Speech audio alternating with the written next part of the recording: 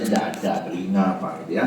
Nah kalau sudah terlalu lama lecet menimbulkan luka, fistula, resiko vagina udah bisa menyebar, membentuk terowongan, masuk ke kandung kencing, masuk ke dubur. Kalau dia terlalu lama tinggal di situ dan diambil, ya, namanya fistel, ya. Terutama pada anak-anak, ya, corpus albium, ya, vagina. Kalau tua telepon dewi jarno nggak mungkin, anak-anak tidak ngerti dimasuk-masuk, ya. Nah, itu pada anak-anak. Orang tua ya biasanya penggunaan pesarium lama. Jadi ada namanya prolaps nanti ya, prolaps organ panggul melorot, tidak bisa dioperasi atau tidak mau operasi, diganjel pakai pesarium. Nah itu dibiarin lama, tidak dicuci-cuci 2 bulan sekali, kemudian itu namanya corpus albium, menimbulkan keluhan bau, ya. 49%, kalau ini 49% ya pada anak-anak, ya. Kadang-kadang anak-anak ada apa-apa, belum waktunya mendung, kok keluar darah keputihan, hati-hati, ya, diperiksakan, jangan-jangan ada corpus albium, ya, itu ya. Termasuk corpus albium sebenarnya ya kuman yang paling sering cacingan ya. Pernah kejadian cacing kremi atau cacing pita kadang-kadang masuk ke vagina. Loh kok keluar darah keputihan anak-anak, sampai enggak keputihan. Keputihan itu kan sudah dewasa, ada SPP. Jangan-jangan tidak asing cacing, ya. Oke ya. Ditemukan pada anak, nah itu kelereng, macam-macam. Jadi kalau benda asing kalau dari masukan ya kemasukan. Ya, kalau dari orang dewasa ya biasanya masalah perilaku seksualus. Gue masih telepon kayak ya kalau nggak kondom, pesarium, nah ini ya. Nah ini ya, amputasi ya. Oke ya. Mainan-mainan itu ya. Nah itu ya. Nah keluhannya apa? Biasanya keputihan lama. Makanya kalau kebutuhan dilihat harus di VT atau spekulum dilihat vaginanya, kemudian mulut rahimnya. Kalau enggak putih berbau karena apa? Benda asing enggak seharusnya ada. Keputihan apa? Benda asing di mulut, hidungnya ada hidung kok bau terus hidungnya anak-anak. Oh ternyata dilihat ada benda asing, hidungnya kok bau terus. Ya, ini bau ya jelas, bau busuk, putihan yang ada, terutama anak-anak ya, warna kuning merah atau merah karena ada iritasi lecet. Ya, pendarahan vagina merah segar karena benda asing terlalu lama melukai ya gatal vagina. Kadang-kadang nyeri kencing ya kalau misalnya kuman ada infeksi yang masuk ke dalam kencing ISK bawahnya, tapi ini jarang. Kebanyakan ini. Iya nyeri kalau misalnya ada luka, kalau tidak ada nyeri tidak ada keluhan, cuma keputihan aja, ya berbau, nah itu ya keluhannya, ya. Nah diagnosisnya yang namanya keputihan bau busuk itu aja, nyeri jarang ya, putihan berbau busuk. Ada riwayat masukkan ya, itu saya banyak pertanyaan, dok bingung datang kondom ketinggalan dok, praktek, ayolah kondom ketinggalan. Ya, habis hubungan bingung, ya sudah tinggal ambil aja, ya dapat duit ya. Oke, pemeriksaan ginekologi ya di VT, makanya kemudian di spekulum di VT. Wah, ada karet, ada mainan boneka, ya. Oke, ya, USG, kemudian ya penunjang, tapi jarang pakai ini ya. Kalau ini tidak mau di VT, tidak mau periksa susah ya sudah di ronsen, di USG. Yang paling ini kalau benda asing paling kelihatan ada foto ronsen, jelas itu karena benda apapun di ronsen. Anak-anak tidak diperiksa, kamu mau menduga masih gadis, tidak mau ya sudah di. Tapi kalau sudah menikah dan sebagainya pasti mau diperiksa dalam ya. Jarang sampai ke pemeriksaan penunjang kalau sudah menikah ya. Cukup ini aja udah kelihatan ya. Oke ya ini benda asing ada apa ini ya? Anak-anak pensil apa itu ya di ronsen kelihatan ya. Kemudian itu di benda asing bagian terus dimasukkan ada sesuatu di sini ya, dimasukkan mungkin apa masuk sampai ke terus ya, di MRI CT scan kelihatan ya di benda. Ini apa ini? Kepot di foto atau sex toy bisa ya. Sex toy bisa, mainan ya. Adalah apa? Cewek sama cewek ternyata ini sex toy. Kok bisa? Ya, itu. Cewek sama itu kondom. Penutup pensil apa ya, macam-macam lah ya. Di ronsen kalau dia ada susah, ini ya. Nah, ini ada benda asing ya. Nah itu. Ya keluarkan objek bisa dengan anestesi kalau tidak kooperatif, kalau tidak di teropong, di spekulum diambil ya. ya. Pemberian obat karena kebanyakan benda asing menimbulkan keluhan keputihan, kumannya muncul keluar biasanya bakteri vaginosis. Bakteri vaginosis yang paling sering kumannya menyertai karena berbau busuk, berbau amis, maka antibiotiknya adalah metronidazole. Nah, kemudian ya ambil aja tata laksananya ya. Komplikasinya kalau terlalu lama diambil ya lecet, menimbulkan fistul. Fistul itu ngerong, ternyata lukanya ngerong, bisa ke kandung kencing, bisa ke rektum, fistula, rektovagina. Nanti kita bicarakan ya. Bisa naik ke atas infeksi macam-macam. Neglected, pesarium lama termasuk pesario, perempuan yang prolap dikasih cincin, luka ya, keputihan perdarahan, yaitu komplikasi ya. Pencegahannya ya seperti itulah, higienitas, penggunaan terlama ya, penggunaan tampon, kalau beli tampon vagina jangan lebih dari 6 jam, penggunaan benda-benda soalnya anak-anak hati-hati ya. Nah sekarang kita bicara resiko vaginal fistel. Fistel itu penggerowongan karena tidak nutup, luka, kemudian dia gerowong, menjalar, membentuk saluran ke tempat-tempat yang longgar, yang di sekitarnya. Bisa kandung kencing, bisa ke rektum, ya, namanya fistel. Ya, nah ini saluran abnormal yang mengarah ke satu organ berongga ke organ lain, fistula. Ya, karena dia cari jalan keluar, infeksi tidak bisa keluar, cari kemana-mana. Ya, fistula urogenital di saluran kencing, bisa saluran normal, vagina ke ureter atau kandung kemih, ureter bisa ke antara kandung kencing, saluran kencing sama vagina bisa ke rektum, ya, vaginal. Yang paling sering bukan ke rektum tetapi ke saluran kencing. Kalau salurannya itu mengarah, lalu kok vaginanya berbau feses, kok bau teh, bau ini, biasanya terjadi karena kemoterapi, kanker, atau karena habis melahirkan terjadi ruptur grade 4, ya toh, grade 3 seperti kita pernah tindas itu, tidak dijahit dengan baik, terjadi fistel ngerol. Habis melahirkan sebulan 2 bulan, kok vaginanya bau feses, ada fistel. Jahit, ternyata iya ruptur grade 4. Probean perineumnya. Jadi fistula, rektum, nah, tapi kalau tidak ada apa-apa, kebanyakan adalah vesika urinaria sama, ya. Oke, jenis fiktul, ini komunital bisa didapat. Kejadian mendadak, moro-moro, atau sejak kecil, sejak bayi, ya komunital. Jarang, biasanya memang gangguan pembentukan jaringan, pembentukan fusi, karena memang pembentukan saluran kencing sama urogenital hampir jadi satu pembentukannya, urogenital ya, dari ductus muller ya, sinus urogenital dan pembentukan, kemudian septumnya begitu membentuk tidak bisa itu jadi fistula.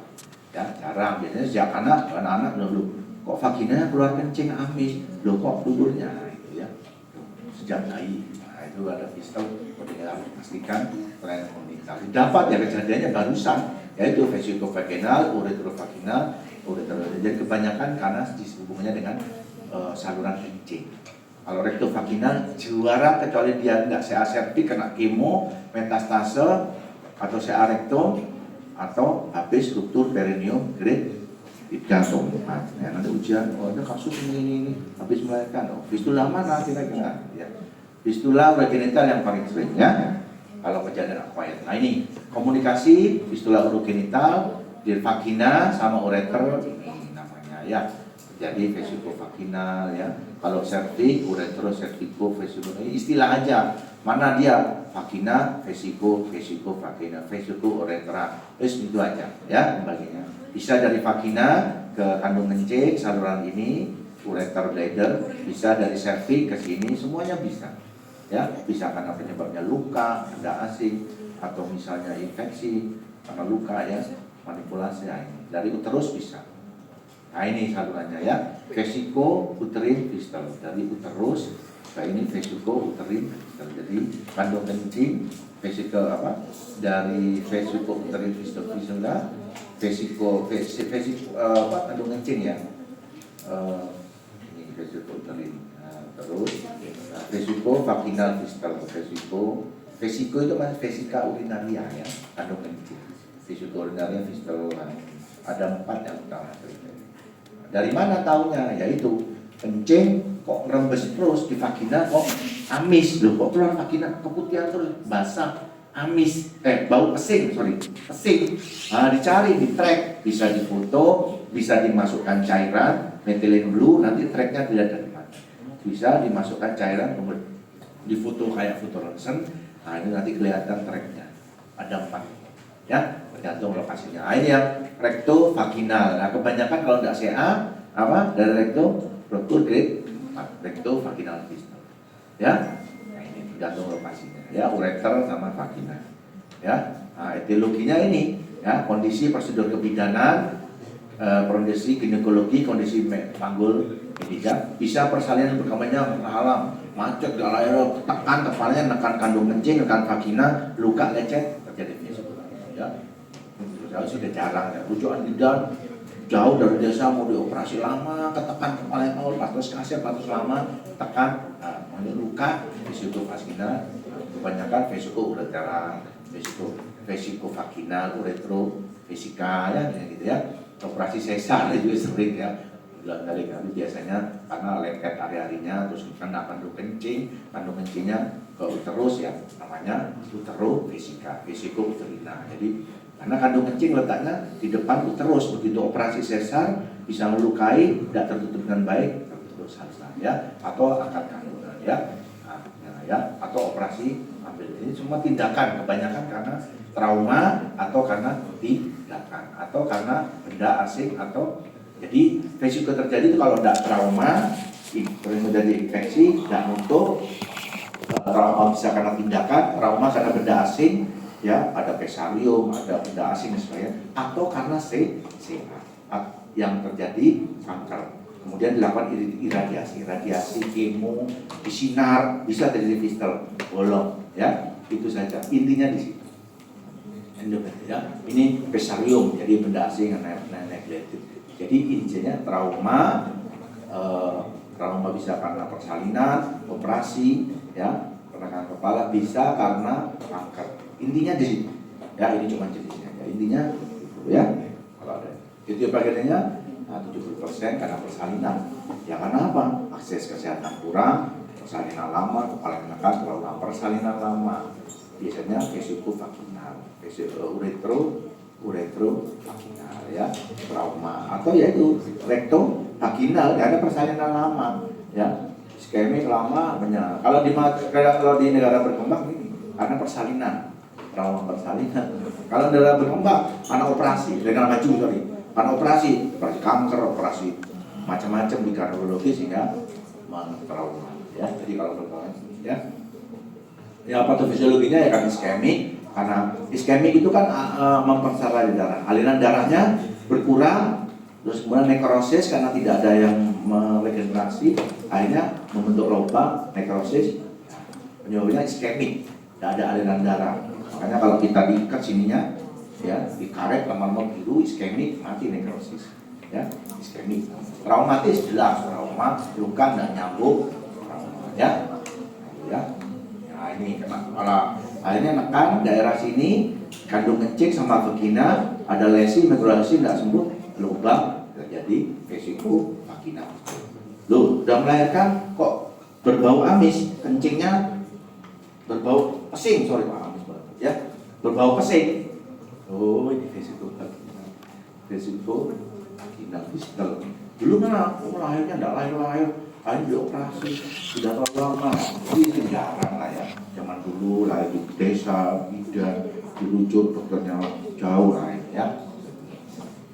Gejalanya ya bocor, urin keluar terus dia terjalankan vagina, bau pesing vagina, ya, habis melahirkan tindakan operasi. Kalau negara berkembang kita kan karena persalinan, ya, jarang karena atau trauma lokal dan sulit, ya. Kecil kalau fistulanya terjadi posisi tertentu. Jadi kalau dia tidur, kalau berdiri belum keluar pesing, tidur enggak. Jadi tergantung lokasinya, ya. Nah, kalau karena operasi kebocoran urin langsung terjadi karena bolong, nggak nyambung hari pertama, ya, bisa hari pertama sampai kalau persalinan seminggu loh kok pesing, loh kok bau feses vaginanya, oh ternyata ada cedera karena rekrutur perineum, ya. Nah, pokoknya operasi atau persalinan itu aja, ya. Nah, artritis, infeksi tulang, panas, demam, nyeri perut bawah, hematuri, ya itu karena apa? Ya karena ada fistel, vagina kuman, kemudian masuk ke atas, ya vagina mesti steril, nggak ada kuman, infeksi ke sana, panas, demam, kok pesing vagina, ada ya sini fistel, ya. Pemeriksaan ya jelas ada kencing yang keluar bukan pada tempatnya, ya, berbau amonia, kulit vagina basah berbau, bau apa? Pesing, ya. Oke, ya. Ya itu pemeriksaan. Oh, vagina dicairan, vagina keluar cairan, diperiksa. Oh, ternyata kreatinina membedakan urin dan keputihan.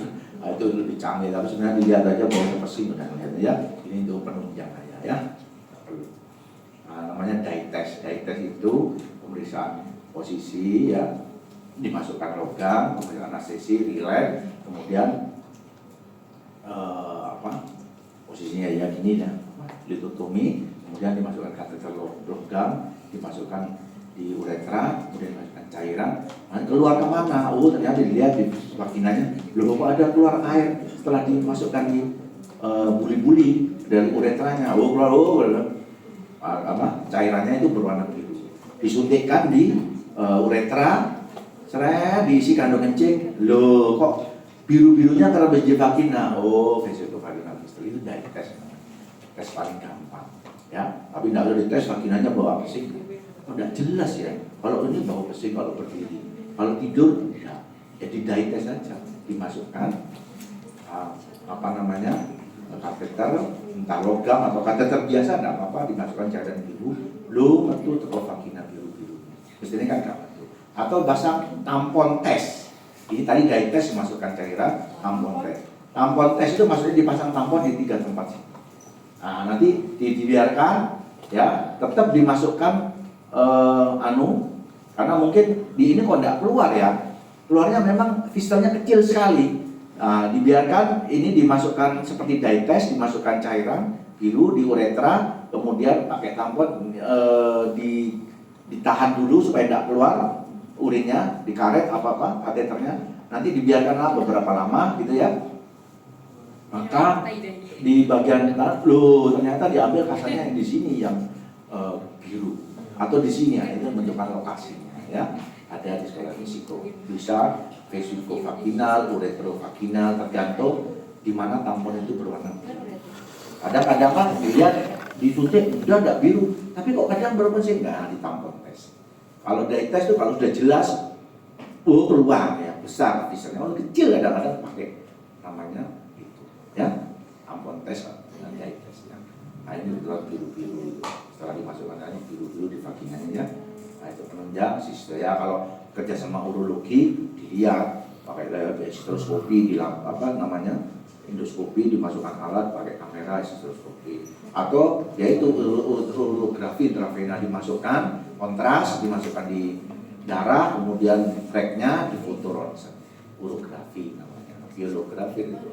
Nah itu pemeriksaan penunjang pakai ronsen, kerjasama sama radiologi. Kalau mengerjakan sendiri ya pakai dye test atau tampon. Udah kirim radiologi aja di IVP, urotrografi, nanti dilihat di foto ronsen, oh kelihatan tracknya lebih jelas ya. Nah, ya benar, ya macam-macam fistel, urogenital, stres.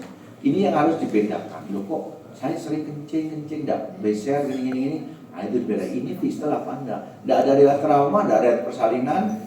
Ya berarti kemungkinan ini gangguan saluran ini, stres inkontinensia, jadi gangguan kencing pada usia sehingga tidak bisa kencing sedikit-sedikit, ya itu. Pokoknya kalau tidak ada kanker, tidak ada riwayat trauma, persalinan ya biasanya manajemennya ya operasi ya, bisa operasi lewat perut, bisa operasi lewat bawah ya, namanya abdominal, vaginal, transperitoneal, ini jenis operasi ya. Itu perbaikannya. Yang jelas operasi karena fistel saluran tidak normal itu tutup ya. Nah, kriteria ini tidak perlu lah.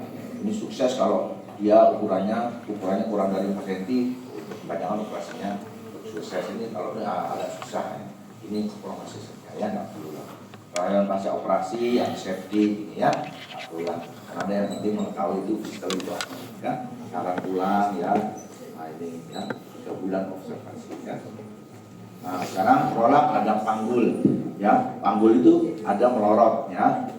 Nah, prolap organ panggul, turunnya organ-organ panggul dan vagina atau jadi di kandungannya melorot namanya. Dia pada usia, kebanyakan usia tua, ya. Pada 30% manusia dewasa bisa banyak anak, bisa prolap.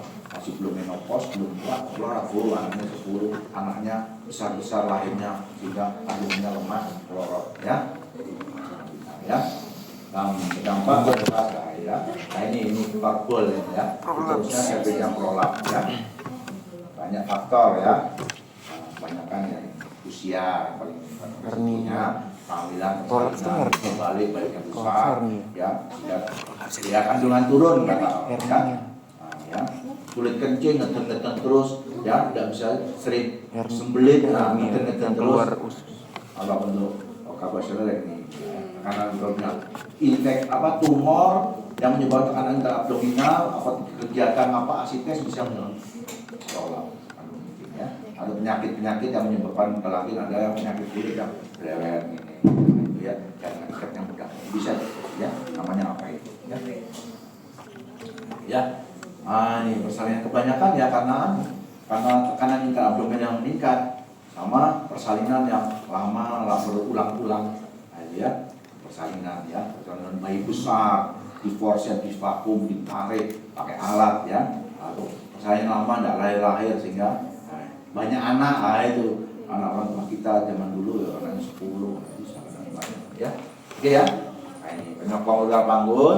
Ya kenapa kok bisa melorot? Ya berarti kan penyokongnya yang lemah, bisa ligamentumnya, bisa jaringan di sekitarnya. Ligamentum dari rahim itu ada sacroiliac, latum, catinale, ini organ-organ yang menyokong rahim supaya dia pada posisi yang melorot. Nah kalau dia lemah, molor, usia tua, molor, ini turun. Atau jaringan ikat, misalnya jaringan, karena apa yang menyokong panggul? Jaringan ligamentum sama otot dasar panggul, tubuh facial ya. Nah ini ya, ini ligamentum catinale, inilah infundibulum caudipum. Yang ikat panggul kuat nih. Kalau terlalu besar banyak anak bolak-balik, turun yang melorot ya. Ya. Nah ini ada 3 level. Ya. Level untuk nyokong sangat kuat sebenarnya wanita itu. Tidak mungkin akan kalau misalnya tidak ada faktor yang sangat berat ya. Karena kalau menikah, banyak anak bolak-balik, bayinya besar, persalinan lama. Ya, level 1 ligamen kardinal. Jadi level 1 penyokong panggul itu di daerah ligamentum ya, yang mengikat, yang gantung ya. Ini di daerah dasar panggul, otot-otot dari dasar panggul ya. Kemudian level 3 yang menyokong perineum dan diafragma ureternya. Jadi ada yang mengkangi, yang menangani dari rahim, yang nyokong ada di daerah fasia-fasia, di daerah dasar panggul sama otot-otot panggul, mulai dari kubu, bulbus, macam-macam ya, gitu ya. Itu 3 level yang menyokong. Jadi sebenarnya jarang terjadi kalau tidak luar biasa ya. Ya usia terutama kebanyakan prolap, kebanyakan terjadi pada usia sudah kendor sebenarnya. Kalau pada reproduksi ada namanya prolap ya, dioperasi itu ya karena ada penyakit atau atau semuanya, tapi belum ada, tapi lebih banyak ya. Miopati, neuropati, terus kelemahan ligamentum sama dinding otot panggul. Jadi yang lemah kalau tidak ligamentumnya, yang narik menyangga itu otot ligamentum atau otot dasar, hanya 2 otot dasarnya lemah ya. Ya, oke ya. Nah ini namanya persalinan lama, usia, kolapsi, tekanan abdominal meningkat ya, usia tua, kelemahan dinding dasar, kemudian semuanya turun hanya prolap organ panggul ya. Nah ini yang nali ya, ini terus, nah ini ligamentum itu di dasar panggul, makanya ini harus kuat memang. Kalau kendor ya melorot ya. Gejalanya ya tidak ada gejala, cuma ada moro-moro ada keluar ya, benjolan lambung ya. Kadang-kadang karena kandung kencingnya itu nempel di rahim kan dia melorot. Akhirnya sering retensio, sulit kencing. Saya sulit kencing dong, orang tua saya kenapa? Ada benjolan, prolap ya, gangguan kencing, sulit kencing atau sulit BAB ya, konstipasi, gangguan. Jadi kelihatan ada benjolan, ada gangguan kencing, ada gangguan sulit berak, psikososial masih pakai. Itu aja gejalanya kalau prolap ya. Oke ya. Kemudian jadi punggung ya bisa karena ketarik ya. Nah itu riwayat itu cek aja ibu, banyak anak usia pernah operasi dulu dok di kop anaknya 10 pernah bayi besar, nah itu pernah operasi macam-macam ya. Keluhan ditemukan juga keluhan simptom ya, kencing sama BAB ya. Itu vagina, dinding vaginanya dicek ya, uterusnya melorot karena ada derajatnya. Nah ini ya derajat dari penurunan organ panggul, ya terutama uterus itu adalah penurunan porsio ya, porsionya yang itu. Penurunnya sejauh mana? Ada 4 derajat. Kalau posisi normal dia jauh, tidak normal. Porsio cervixnya, uterusnya pada tempatnya. Kalau dia stadium 1, prolap grade 1, itu turun pas di himen. Ya sudah, tapi kan bekas himen ada, turun sejauh himen. Oh, grade 1. Ya, grade 2 menuju himen sebelum himen. Grade 2 persis di himen. Persis di himennya, ya. Kemudian grade 3 sudah lewat dari himennya, ya. Nah, grade 4 sudah keluar semuanya uterusnya. Nah, kalau ini ada pembagian yang lain, POP yang terbaru, tapi ini agak rumit ya. Nah, ini terus normal. Ini himen ya, ini vulva ya. Kalau dia grade 1 dia tidak sampai himen, dia cuma turun sini grade 1. Ya, grade 0 atau normal. Grade 2 itu persis perbatas ini. Dilihat, kan Bu, oh cuma sampai himen batasnya. Oh, grade 2. Grade 3 keluar, tapi tidak semuanya. Grade 4 petusa uterusi. Grade 4. Ya. Yang sering terjadi pada orang tua kalau tidak grade 3, grade 4. Ya. Nah, ini ya. Ini hampir sama sebenarnya ya. Tidak ada prolap, bagian rendah kurang 1 cm kan. Kurang 1 cm tadi grade 2. Tidak sampai. Kalau perbatasan persis sama himen, ya kira-kira grade 2, grade 3 itu agak susah ya, kan ukur senti ya. Pokoknya kira-kira batasnya di himen patokannya ya. Ini ada sistem badan walker, ada sistem POG yang kalau urologi kita pakai ini ya, karena derajatnya harus nggak usah, kalau saya nggak pernah pakai POG, pakai itu aja batasannya. Nah ini ya, ini grade 1 grade layak. Nah grade ini ya keluar. Cuman ini nanti akan kita bicara rektokel, vasovokel itu artinya hanya pemeriksaan histografi. Nanti ini sebenarnya prolap organ panggul itu ada vesivokel, ada rektokel. Oh, tidak dia. Ini tadi saya materinya berat. Ada gini, prolap organ panggul itu sorry ya, ini terhapus ini. Prolap organ panggul itu bisa jadi yang prolap, yang melorot itu uterus, kebanyakan uterus. Bisa jadi yang melorot itu adalah dinding vagina, vesika urinaria, namanya vesivokel. Kalau yang melorot rektum bisa ke lemah dinding otot vagina, yang melorot namanya rektokel. Kalau vesikourinaria yang melorot namanya vesikokel. Ya, kalau uterus prolap vagina, prolap uterus namanya vesikokel. Nah, kalau ini. Nah, ini ya. Kalau dinding ini yang melorot menbenjol ke vagina, dilihat vaginanya kok bendol di vagina anterior ya, vagina anterior namanya vesikokel. Kalau yang melorot rektum, enterokel, rektum. Kalau enterokel itu agak ke dalam, rektum bagian dalam namanya enterokel, melorot bendol di sini. Kalau enterokel, kalau rektokel itu rektum melorot bendol di sini ya, namanya rektokel. Ya, ya. Nah ini pemeriksaan pakai histografi ya, di foto ronsen kok melorot ini ya. Ini ada keluar vesika urinaria melorot.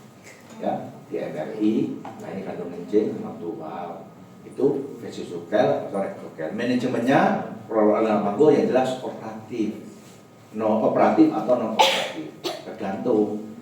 Kalau ada kesehatan, berada jalan, saya tidak operasi dok, takut kandungan melorot prolap organ panggul. Ya, konservatif. Saya ingin bagus tetap ya operasi. Nah, bisa ada tempatnya ya, apa? non operatif, konservatif, diperiksa ada keluhan apa enggak, kandung kencingnya ada sering gangguan kencing, enggak bebol, cuma grade 1 atau 2, ya sudah enggak usah diobati. Yang penting jangan angkat berat, jangan sering ngeden-ngeden ya, atau dipasang ganjel namanya pesarium. Saya sering masang orang tua prolap ke 4, ke 3 diganjel, enggak mau operasi atau kontraindikasi operasi, tidak boleh operasi karena usia, karena penyakit dan sebagainya ya. Perilaku yaitu jangan angkat berat supaya tekanan abdomen tidak meningkat ya, atau dipasang latihan Kegel exercise MFT, nahan Kegel ya supaya otot panggulnya kuat. Itu kalau operasi ya jelas rekonstruksi, diangkat rahimnya atau diperbaiki otot-ototnya diperkuat ya, atau ditutup ya, itu dioperasi, diperbaiki, diganjel di otot-ototnya dikuatkan pakai mesh ya, atau rekonstruksi, bisa angkat rahim, bisa dikembalikan otot-ototnya ya, itu aja. Nah, ya konservatif umumnya kalau derajat aja kurang stadium 2, stadium 2 tidak sampai himen ya, atau batas himen ya, tidak usah, pokoknya jangan angkat berat bu. Kencingnya apa? Tidak ada gangguan kencing, tidak ada gangguan BAB, ya sudah dijaga, diobservasi 6 bulan, dilihat tiap 6 bulan ya. Kalau masih punya anak ya, tapi nanti harus sesar, kalau udah melorot tambah melorot ya, kondisi rentan operasi, udah usia tua, dioperasi malah tambah bahaya ya, tidak mau. Nah, jadi manajemen konservatif ya. Nah ini pesariumnya macam-macam. Yang terkenal ini donat kering, yang sering tersedia. Kalau zaman dulu macam-macam untuk ganjel terus supaya dia naik angka. Yang sering ini nanti kawan di klinik masuk ke objin ya, pasang cincin ini ada ukurannya, murah ya, jarang erosi, mencegah supaya tidak tambah. Dimasukkan di sini ini kan terus ini vagina, cincinnya dimasukkan di sini ganjel sehingga dia tidak melorot ya, sehingga dia kencingnya tidak ada gangguan, biarnya tidak ada gangguan. Itu biasanya kalau grade 3, grade 4 ya, tidak melorot, aduh pakai celana tidak enak buat. Intinya kalau udah ada gangguan, tidak enak, emang kencingnya ada gangguan ya. Kalau tidak ada gangguan ya sebenarnya tidak perlu dipasang ya, itu dipasang cincin pesarium namanya ya. Atau operasi, ditarik sininya, yang paling sering diangkat rahim sekalian aja, itu ya operasinya ya. Atau ditarik kurang darah, diganjel, dipasang mesh, dikuatkan ototnya, itu teknik operasi lah ya. Tapi ya biasanya umumnya pesarium untuk yang pilihan pertama. Pasang ganjel mau bu, daripada operasi udah tua ya, ya pasang ganjel. Nah, diawasi, apalagi sambil nunggu operasi, gila dipasang ganjel dulu ya. Dilepas harus reguler, karena nanti bisa pistol, bisa putihan lama karena benda asing toh. Kemudian 2 atau 3 bulan sekali dilepas, dicuci, masukkan lagi ya, supaya tidak jadi erosi atau pistol ya. Terlalu kaku karena lama-lama karet kaku, ganti aja ya. Nah, sulit ya. Sudah setahun diganti lagi karena kadang-kadang penyempit lagi, mengkisut sehingga ukurannya berubah, dicari yang lebih kecil. Karena penggunaan pesarium bisa jadi vagina atrofi, jadi lebih kecil, cincinnya ada nomornya, mulai dari nomor 5, 6, 7, 8, 9 tergantung lebarnya ya. Nah, ini Kegel ya, semacam itu ya, latihan otot lah intinya ya. Dan setiap hari selama 6 bulan supaya ototnya lebih kuat sehingga dasar dinding basisnya itu lebih kuat, supaya otot-ototnya lebih kuat, tidak sampai nyangka ya. Perilaku jangan angkat berat, jangan ngeten-ngeten ya, kurangi berat badan ya. Untung saya tidak sampai tolak ya. Operasi ya, kalau tadi kalau konservatif, kalau stadium kurang dari 2, kalau lebih dari 2 umumnya menerima gangguan. Gangguannya apa? Gangguan kencing atau gangguan BAB, kencing susah, retensio atau BAB-nya susah. Karena apa? Karena apa? Vaginanya keluar sehingga narik kandung kencing sama narik otot rektum ya, gangguannya itu. Nah, operasi aja. Tapi kalau dia tidak ada faktor yang tidak terlalu tua, kuat, bisa dioperasi, tidak ada faktor risiko yang berat, ya harus dipertimbangkan keuntungannya ya. Semuanya, apa lebih bagus operasi ya. Operasi terbaik cepat mati, ya baik, boleh ya, kasih aja pesarium ya. Nah itu bisa melalui vagina ya, bawah operasinya bisa teropong, bisa operasi buka perut ya. Operasinya tujuannya yaitu mengembalikan struktur ya. Kemudian yang penting mengembalikan struktur supaya kembali ke normal dan memperbaiki keluhan ya. Jangan sampai dia nggak bisa berak atau nggak sakit. Itu aja nih, ya. Kalau masih reproduksi tujuannya sama, ya. Jadi estetik. Jadi itu tujuannya ini aja, ya. Tapi ini prinsipnya yang paling utama jangan sampai ada gangguan penting. Ya. Kalau nggak mau wis kuat pasti, ya. Oke ya. Nah, tindakan tidak dikerjakan bila menolak, ingin menunda, tidak memungkinkan tadi ya. Nah, itu tidak usah dioperasi, pastikan. Ya, ini jenis-jenis operasinya macam-macam. Ada yang operasi inilah, bis ya, sebenarnya tidak perlu ini pasang mes, diganjel di daerah sini dipasang operasi ya. Karena memang itu nice luno. Mas lunonya kamu harus tahu derajatnya, derajat berapa untuk roll out Kampanggur ini ya. Ini operasi stadium berapa ya? Nah, ini pasang ya. Nah, ini ya pesannya aja. Ya, nah sekarang kita bicara mana PCO. PCO itu ya gangguan dalam karena hormonal ya, PCO. Definisinya adalah serangkaian gejala, namanya sindrom. Semua penyakit yang kumpulan berbagai macam gejala namanya sindrom. Sindrom ovarium. Nah, karena di dalam ovarium ada sindrom apa itu kumpulan. Penyebabnya biasanya multifaktorial.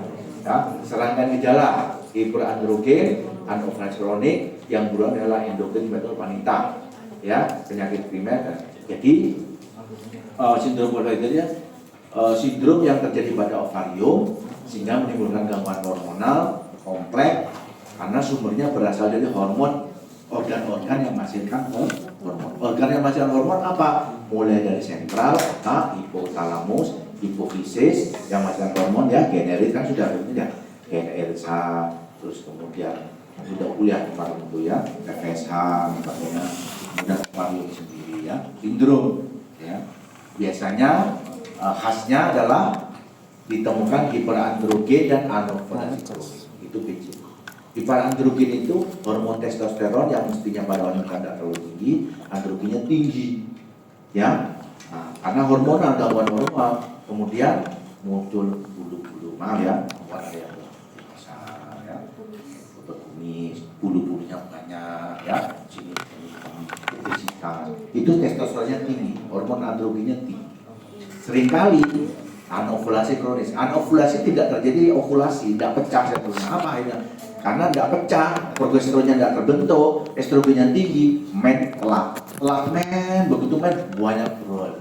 Sering amenorrhea, sampai 2 bulan, 3 bulan tidak men, orangnya obesitas, gemuk, kadang-kadang tidak gemuk tapi hirsutism namanya.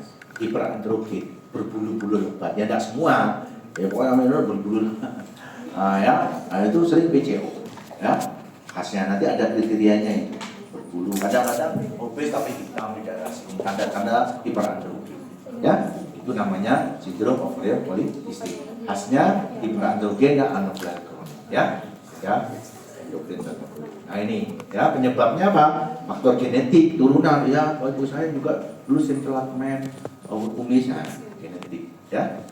Apa dampaknya? Metabolik karena hiperestrogen, kolesterolnya tinggi, susah punya anak karena PCO ya. Kemudian faktor endokrin ya. Jadi karena kenaikan LH, LDL, pokoknya kelainan hormonal yang terganggu bisa karena penyakit gaya hidup, obesitas, sehingga hormonnya terganggu, diabetes juga bisa. Genetik ya memang genetiknya hormonnya kacau ya, sentral maupun perifer ya. Metabolik, resisten insulin kayak diabetes.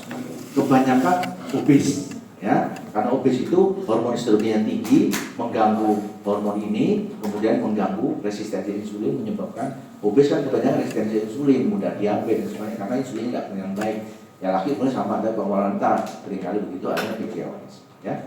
Oke ya, itu ya. Manifestasinya SPOK atau SOPK, sindrom polikistik ovarium kronis SPOK. Ya, ada SOPK, ada sama saja, ada PCOS sama gitu. Ya, ini istilah saja ya. SPOK sindrom polyovarium polikistik atau SPOK atau SOPK sindrom polyovarium kistik ya, sama aja. Pokoknya ono ovarium polikistik poly gitu ya. Gejalanya adalah ini.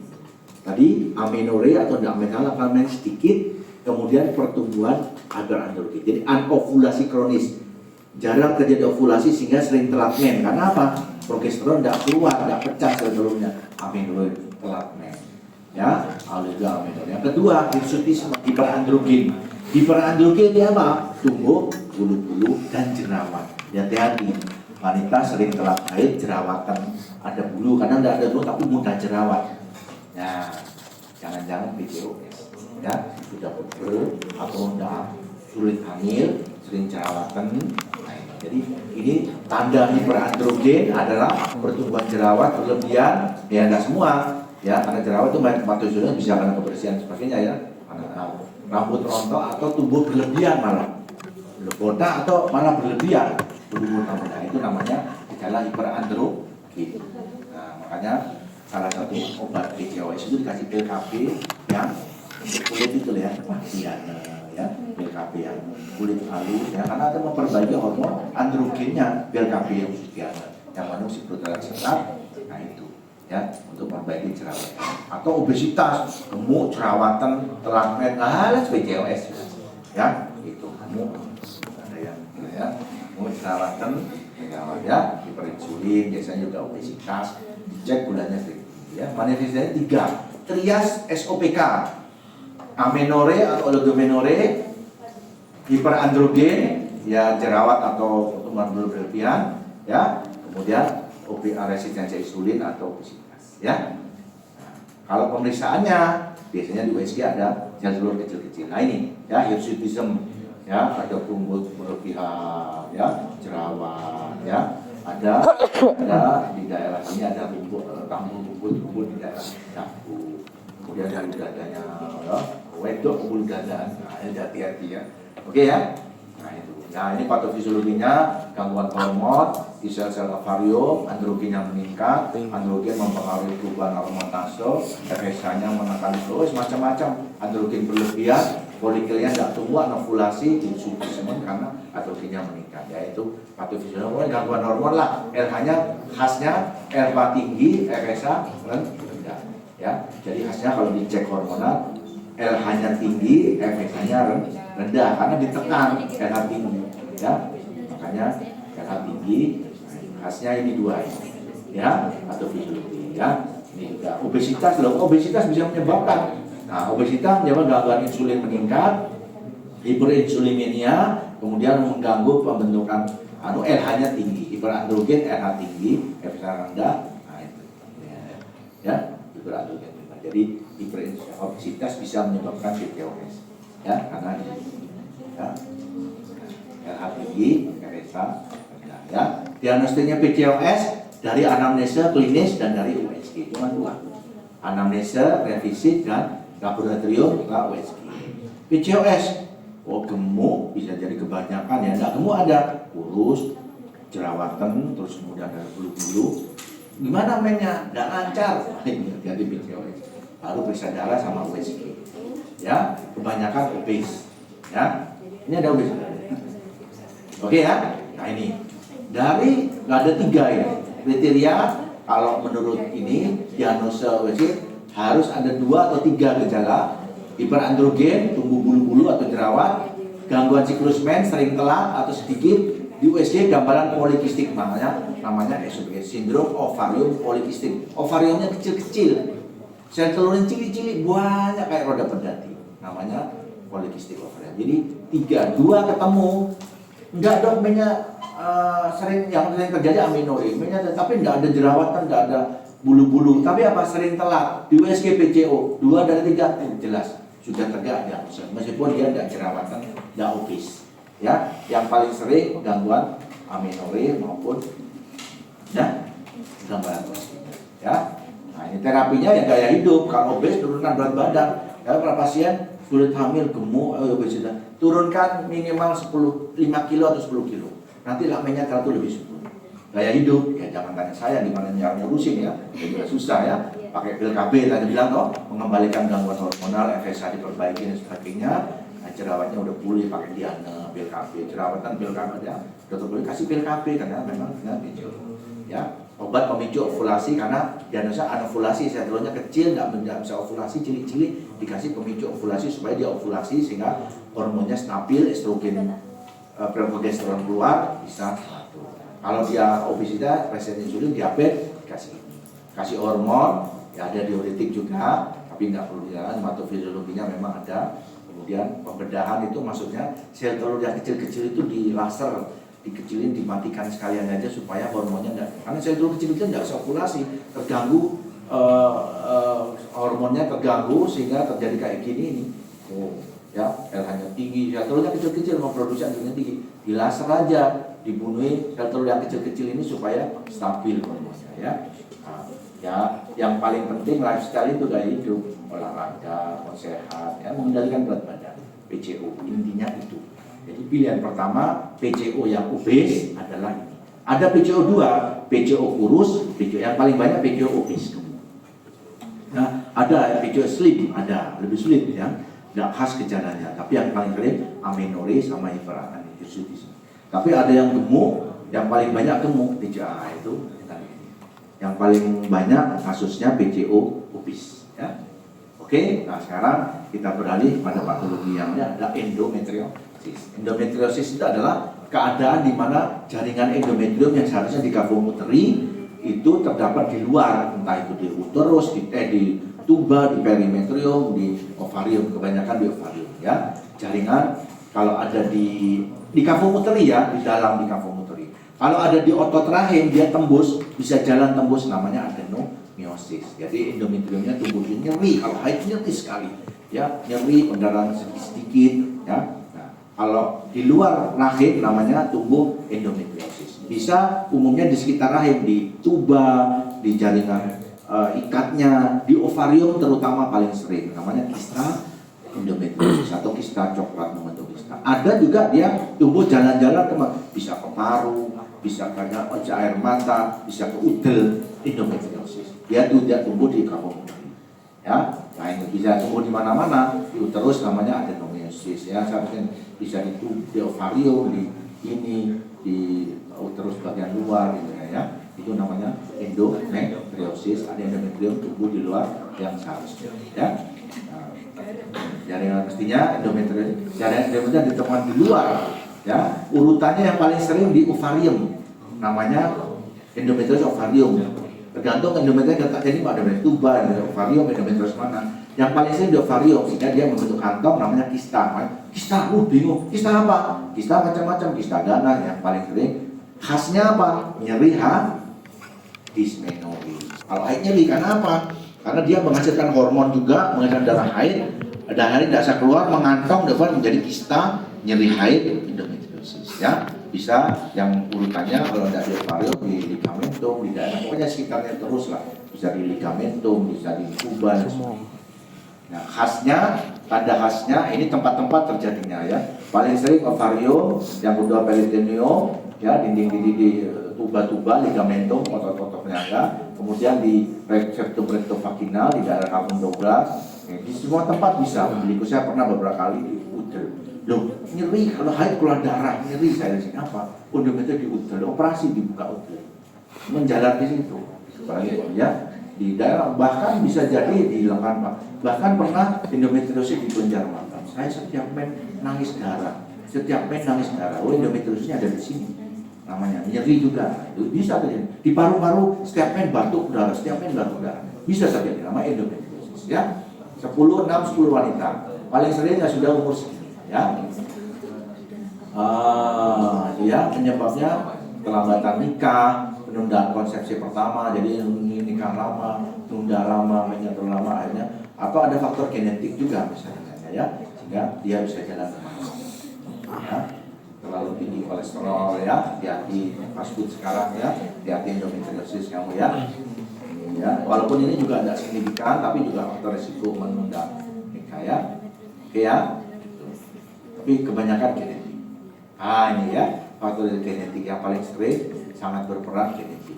Ibu saya dulu kista coklat, endometriosis, ini bisa jadi. Ya, karena itu bakat genetik. Tadi kan ditunjang sama ini mungkin kolesterol tinggi, diet, udah terjadi endometriosis ya. susah pengobatannya karena gampang kambuh, menimbulkan gangguan kesuburan, susah hamil ya. Saudaranya endometriosis, anaknya ya itu genetik ya. Paparan sering berkepanjangan, menopause, akhirnya saya pertama kali mainnya umur 10 tahun, aduh punya genetik, risiko endometriosis. Terlalu cepat atau terlalu lama bisa, karena paparan estrogen yang berlebihan terus menerus sejak awal sudah risiko endometriosis ya. Itu ya, mainnya lama, karena apa? Muntah, kelenjar endometriumnya bisa muntah ke dalam perut ini lebih dari sering lama mainnya resiko ya. Tapi yang paling berperan genetik. Ini cuman ya tambah risiko ya, yang paling genetik ya. Itu lokasinya bisa di perut, ekstra abdominal ya, di paru-paru, pleura ya. Khasnya apa?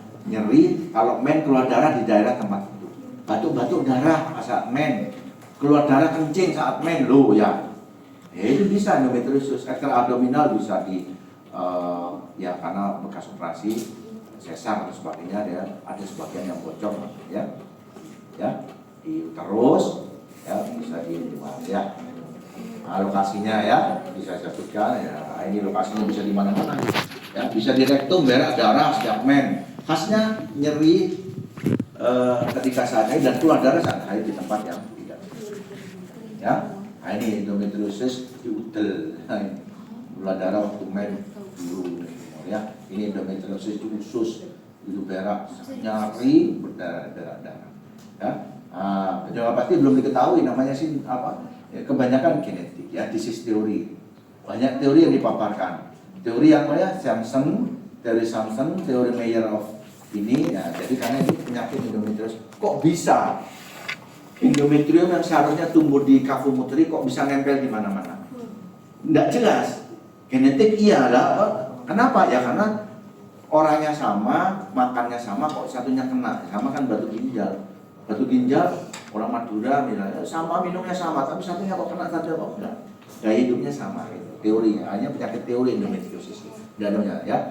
Diusulkan Samson dikira menstrual delicate. Artinya teori ini ada darah aliran menstruasi yang masuk Pak. Orang menstruasi itu kan kontraksi, keluar darah. Tetapi karena ada saluran tuba, dia itu begitu kontraksi mengeluarkan darah haid, bisa keluar dari sini, tapi dia bisa keluar juga ke interabdomen, keluar lewat tuba, muncrat di situ, namanya retrograde.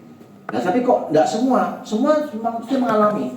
Ada yang mengalami pasti. Tapi kok satunya kena endometriosis, ya itu genetik. Ada bakat, bisa tumbuh. Sehingga fragmen endometrium yang ada tanam, dipanggul, kemudian membentuk, tumbuh di situ, membentuk kista cairan bentuk nyeri. Ya, teori Samson yang terkenal dari Samson ini gimana ya. Kemudian ini retrograde keluar sini, tumbuh di sini, keluar di ovarium. Yang terkenal teori Samson yang paling terkenal, yang masuk akal ya. Meyer Infano ya, metaplasis sodonik. Jadi pada saat pertumbuhan itu genetik tumbuh dia kan ovarium itu tumbuh dari genital ridge ya, dari embriologinya tumbuh dari ya itu jaringan endometrium dia tumbuh juga di tempat lain tapi belum muncul. Begitu estrogen meningkat, puber, dia merasa muncul keluarnya endometrium yang dulu pada waktu pembentukan jaringan itu mencetat atau istilahnya ke tempat lain ya, tumbuh juga di tempat lain seharusnya ditinggal. Muncul metaplasis selemik namanya ya. Kenapa kok bisa terjadi di perut ini? Karena memang sepanjang situ tempat tumbuhnya pertumbuhan genitalia, ovarium tumbuh dan sebagainya. Tapi ini teori yang masih dipertanyakan. Yang paling ini teori Samson ya, teori Halban ya, teori limfatik ya, menjalar masuk ke mana-mana. Jaringan endometriumnya keluar, masuk aliran darah, masuk limfatik, metastase. Jadi kayak kanker.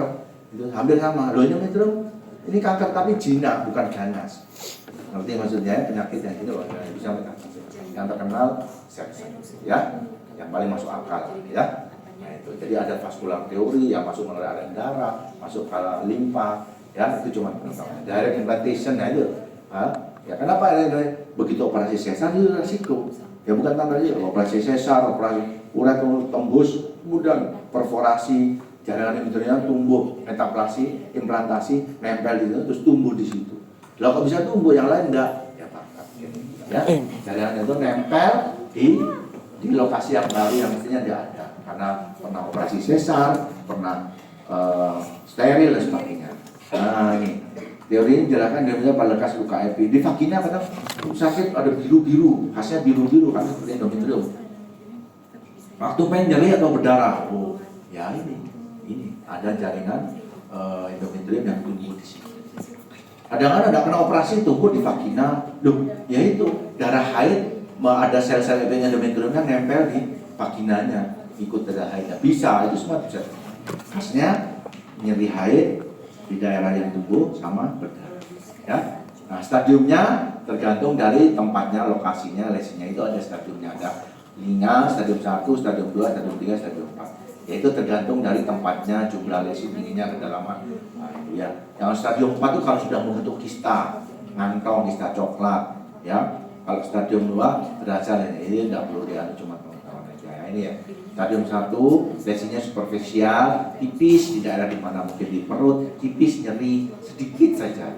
Ini keluarnya ada banyak. Stadium 2 lebih di daerah kafum Douglas, ya. Stadium ini lebih banyak, lebih dalam, yang berat itu sampai membentuk kista endometrium, bentuk kantong karena darah haid ngumpul di situ, bisa di dalam, bisa di sini. Ya, stadium 4 ya, yang berat itu. Nah, ini bisa di sini stadium 1, ya, stadium 2 ya. Nah, gejala klinisnya ya kalau tergantung lokasi.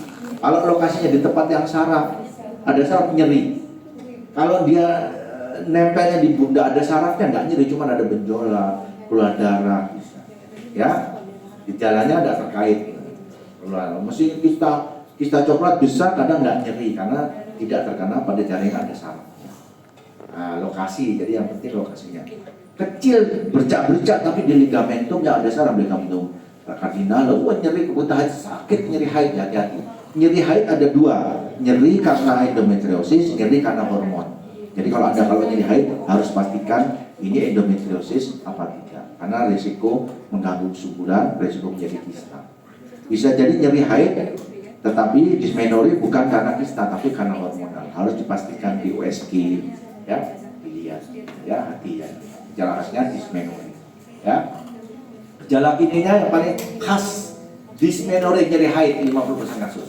Dan ringan sampai berat. Kalau nyeri haid nggak pernah hati-hati di USG, jangan-jangan ada kista endometriosis, ya, nyeri waktu kumpul, ya, nyeri tergantung lokasi, misalnya waktu haid kencing, ya, berarti lokasinya dekat saluran kencing, ya, ya, seringkali karena mengadakan kalau men berdarah-darah, mennya panjang lama, kan ada keterlibatan hormon, saya mennya panjang lama, kalau nyeri haid tapi mennya panjang, hati-hati, ya, jadi pelvic kronis, kadang-kadang ya nyeri-nyeri dan biasanya berhubungan sama haid. Jadi pelvic kronis itu biasanya berhubungan dengan saat haid. Kalau tidak haid kadang tidak nyeri. Dysmenorrhea nyeri. Nah ini juga itu. Saya sulit punya anak kalau main sakit lama. Jangan-jangan tidak susah hamil karena endometriosis. Karena dia mengganggu kesuburan karena menyebabkan kelengketan. Ya. Nah ini letaknya ya, bisa di kepala, tumor endometriosis. Begitu haid itu sakit. Di CT scan ya, ternyata ada tumor endometriosis. Macam-macam, ya, harus dipastikan. Ya, endometriosis itu kayak kanker, bisa menyebar. Ya, paling sering memang di daerah genitalia, menyebabkan gangguan kesuburan yang sering terjadi. Ya, nah, diagnosisnya fisik, ya, lihat skala nyerinya seberapa, kemudian khasnya nyeri haid, nyeri, pakai USG, laparoskopi diteropong, lihat, nah markernya serum CA125. Cuman marker ini bisa sama CA sama kanker tumor endometrium, kanker rahim ini tinggi, endometriosis juga. Nah ini cuma kita lihatnya. Kalau dua skin tidak ada kista, tidak ada tumor, ya mungkin yang tinggi yang endometriosis. Ini tidak khas ya, cuman ini bisa dipakai. Yang penting nyeri haid, kemudian diperiksa, ada benjolan bisa jadi bisa tidak, khasnya dysmenorrhea di USG. Ya. Melihat fisik, ada benjolan, IVT, ada tumor atau benjolan-benjolan di sekitar di mana ada tumbuh endometriosis, ya.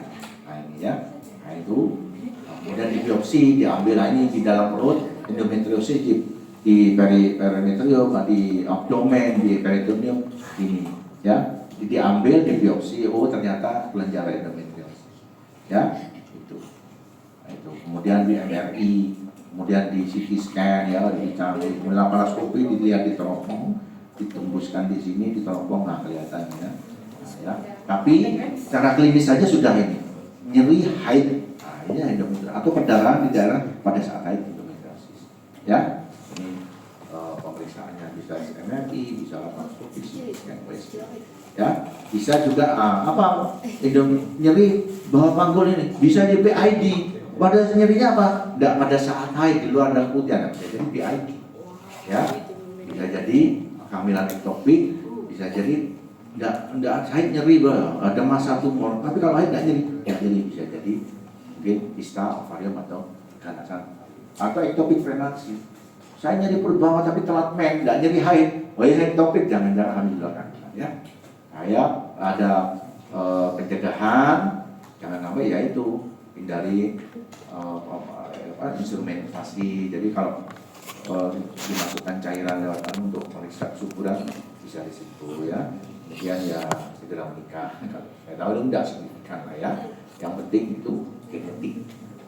Ya ini tidak signifikan. Genetik kok hati-hati. Ibu saya endometriosis, itu kayak itu kurangi makan yang berlemak, kolesterol, gaji bakso, resiko. Ya, tujuannya kalau kuratif ya mengobati dismenoria, diobati, dilaser, diambil, endometriosnya dibuang. Nah, kuratif ya, membela kambulan, menghilangkan gejala ya, endometriosnya dibuang, dioperasi. Ya, kalau konservatif bisa dengan hormonal, hormonnya diseimbangkan, anti nyeri sama hormon pil KP bisa. Endometriosis ini tidak ada kista, tapi nyeri haid kasih pil KP. Ya, boleh anti nyeri ya. Terus kemudian bedah kalau dia operasi ya. Oke, masih 1 jam. Nah sekarang itu intinya bisa pakai obat-obatan, bisa operasi.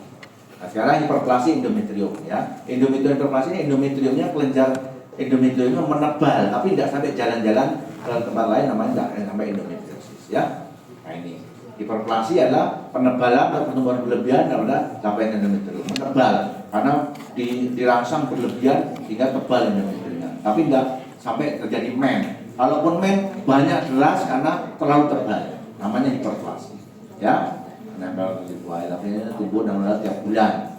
Ya, karena rangsangan hormon estrogen. Jadi endometriumnya nebal karena rangsangan hormon estrogen. Kalau progesteron dia mempertahankan penebalannya, begitu hilang maka dia men saja. Ya, ada 2 zona endometrium, zona basal, zona fungsional. Yang fungsionalnya yang membuat dia haid. Ya, basal itu tidak membuat haid, dia cuma dasar. Kalau fungsional dia tumbuh, men, hilang, rontok, tumbuh lagi. Nah ini fungsional. Ya, kok panas ya? Aslinya ya. Ini kalau menstruasi siklusnya ada 4 fase. Fase menstruasi. Nah, makanya kata lihat siklus itu ada 4 ya. Fase menstruasi, fase regenerasi, proliferasi, sekresi. Jadi siklus men itu ini ada fase menstruasi, ya, terus kemudian ada tumbuh, fase proliferasi, fase sekresi, ya, kemudian menstruasi. Nah, hiperplasi itu terjadi kalau tidak menstruasi, tumbuh terus tambah tebal karena tidak ada hormon yang mengendalikan. Estrogennya terlalu tinggi, sehingga tumbuh banyak. Tapi dia kalau endometriosis tembus kemana-mana. Ini begitu khasnya apa? Karena tidak ada progesteron, dia telat haid, amenorrhea. Sama dengan PCOS, tapi PCOS hampir sama. PCOS bisa menimbulkan telat haid penebalan karena estrogennya tinggi, tidak begitu dia tidak kuat nampung, merontok, mainnya panjang dan lama, keras. Ya, karena tidak ada progesteron. Makanya hiperplasi endometrium karena kekurangan hormon progesteron. Dikasih hormon progesteron, hiperplasi karena tumbuhnya tidak berhenti. Ya. Tidak sampai menstruasi, hiperplasi karena estrogen kan, fungsi dari estrogen adalah satu menumbuhkan fase proliferasi. Begitu estrogennya puncak, datanglah ovulasi, kemudian estrogennya berhenti, muncul progesteron. Progesteron dipadatkan, kemudian turun semua dulu baru men.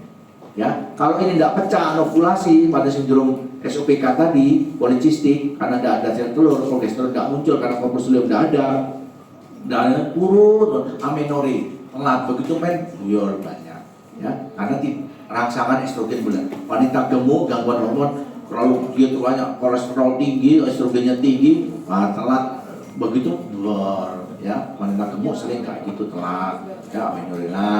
Estrogennya terus-terus nyumber, tidak ada progesteron, tidak dihambat, maka dia menumbuhkan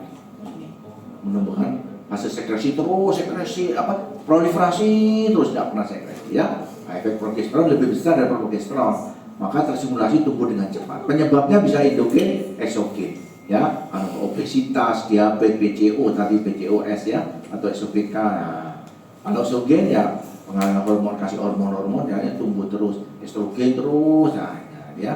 Nah itu stimulasi estrogen berlebihan, kadar estrogennya tinggi, menghambat, tidak ada yang menghambat, folikelnya tidak turun, PCO, tidak ada folikel sehingga tidak terbentuk progesteron, tidak ada yang melawan, maka namanya PCOS itu unopposed estrogen, tidak ada yang melawan estrogen sehingga progesteron sering hiperplasi ya. Nah itu ya, nah itu klasifikasinya ada simple, ada simple hiperplasi, without atypia, dan ini enggak ya, pengetahuan aja. Kuliahmu itu sebenarnya yang penting patogenesisnya ya. Nah, itu. Yang klasifikasi sederhana, hiperplasi non atipik, ada yang atipik. Atipik itu tipenya tipe non atipik itu tidak jelas tipenya, itu sering mengarah ke keganasan CA. Kalau atipik tipenya jelas, itu biasanya lebih Cina. Nah ini yang resiko ganas kanker. Cuma ada dua, atipik dan hiperplasinya ya. Manifestasinya pendarahan terus, lama, panjang ya, karena tidak ada estrogen, tidak ada yang lain, estrogen terlalu berlebihan ya, gitu ya. Biasanya dimulai dari amenorrhea, telat main 3 bulan begitu kan banyak.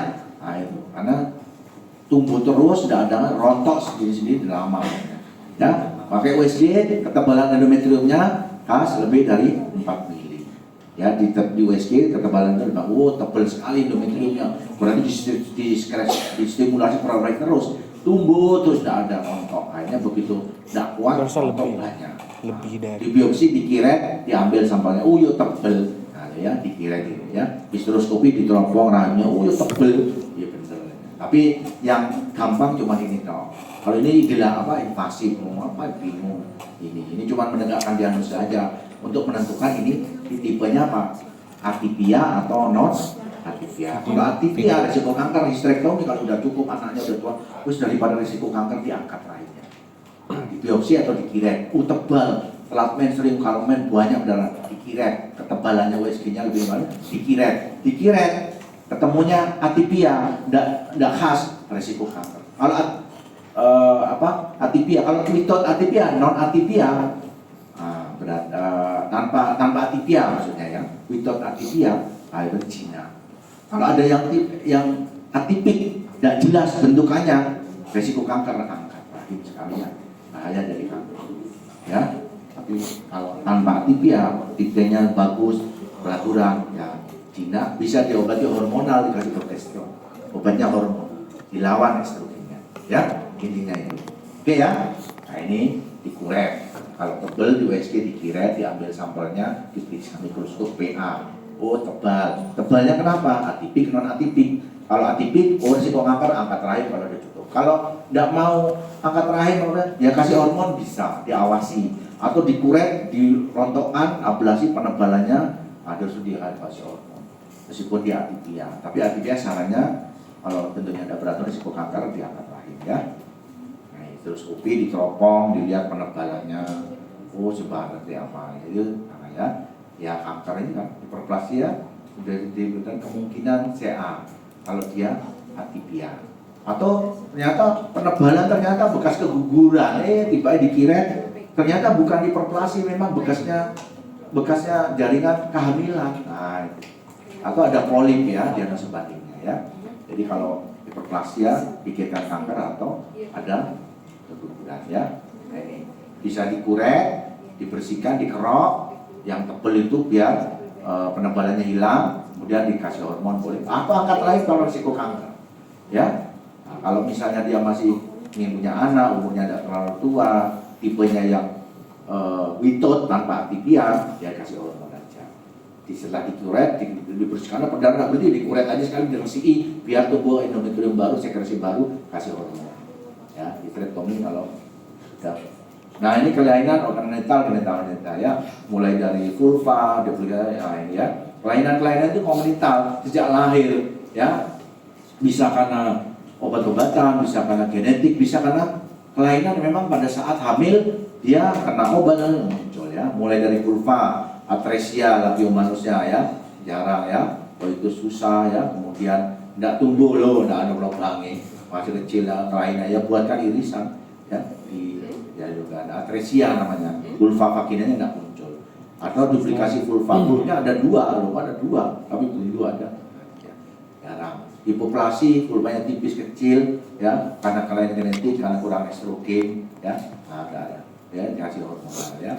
Jadi kelainan-kelainan yang karena sejak kecil. Nah ini di vulva juga ada kelainan, himennya kecil, normal, ya, tidak ada incorporated, tidak ada celahnya sehingga himennya tertahan dari keluar. Atau kecil sekali kalau ada sedikit, atau seribrosa itu himennya low, kok bolong sih kalau ada lainnya kalau terbuka, itu susah ini ya, ini juga bolongannya cuma 2. Ini kelainan-kelainan yang saya lihat yang normal ini ya.